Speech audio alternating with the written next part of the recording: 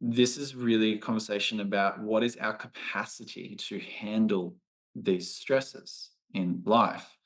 And have we accumulated a load, a burden upon ourselves of an intensity that is greater than what we can handle for a longer period than what we can handle it? And this is kind of like what you were talking about with overtraining, like we can do the healthiest thing. And, like one of the core premises of medicine is and healing is like the difference between a poison and something that is a remedy is just the dosage. Yeah. And so exercise is a wonderful example. I'm doing something healthy for me, and it is my poison. Yeah. And so, like, that's an example of exercise is a stress. That stress is important to cause an adaptation to support a growth of whatever system is being trained. But if that stress is greater than what you can handle, and you do that for too long, then your health will become affected. If that then presses on pre-existing conditions like traumatic imprints, experiences that you've had that maybe you weren't even aware of, maybe you were, and you kind of pushed it down, all sorts of things can build up in the system. And so if we take a quick, 30-foot view of this cycle, one of the analogies that I find useful is to look at, imagine you're a gazelle, you're in the grasslands and life is great. You're in this content zone. We won't even talk about disengaged at this point, but you're in this content zone. You're hanging out here. We've got food, it's great. And then a lion appears. Things are going to start to upregulate, and that's necessary. It's it's necessary to survive.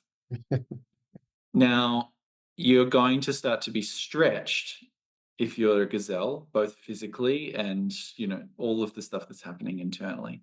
Then, as the lion pursues you, you're going to go through a period of strain where you have to try and evade and jump and all of these things.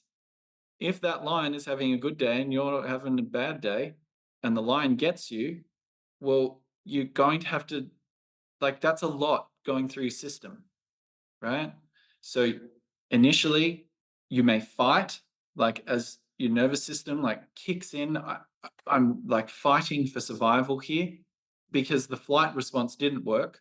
You couldn't run away. You got captured. So it's like the last kicking and all of that sort of stuff. I'm being kind of jovial here, but it can. This is not to take away from the seriousness of chronic conditions, of course. However, just to put it into some kind of lighthearted ways of looking at it so we can start to relate and actually be empowered to move out. But then eventually we can't fight any longer. There will be a point where down regulation starts to happen where the pain we can't take anymore, we start to dissociate from that and you prepare to die, right? It's a natural mechanism. Yeah. The challenge in being a human is we can sit in this preparing to die stage without even being aware of it. Like we're so burnt out and we normalize it. We're so fatigued because, it's like the fish swimming in the water doesn't think about the water. Well, at least I imagine, because they're immersed in it. But you take a fish out of water, it's pretty quickly going to know. And this is often what will happen in the beginning stages as we're working with chronic conditions is we're going to create contrasts that are going to highlight and bring awareness to, oh my goodness, I really am burnt out. And Yeah.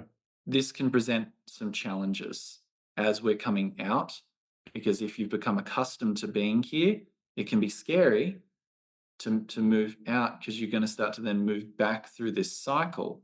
You will start to feel the strain, you'll start to feel your body, you'll start to feel the accumulation of all of the things that have led you to burnout, and you might yo-yo back and forth. And this is where we start to really experience the dysregulation that has happened.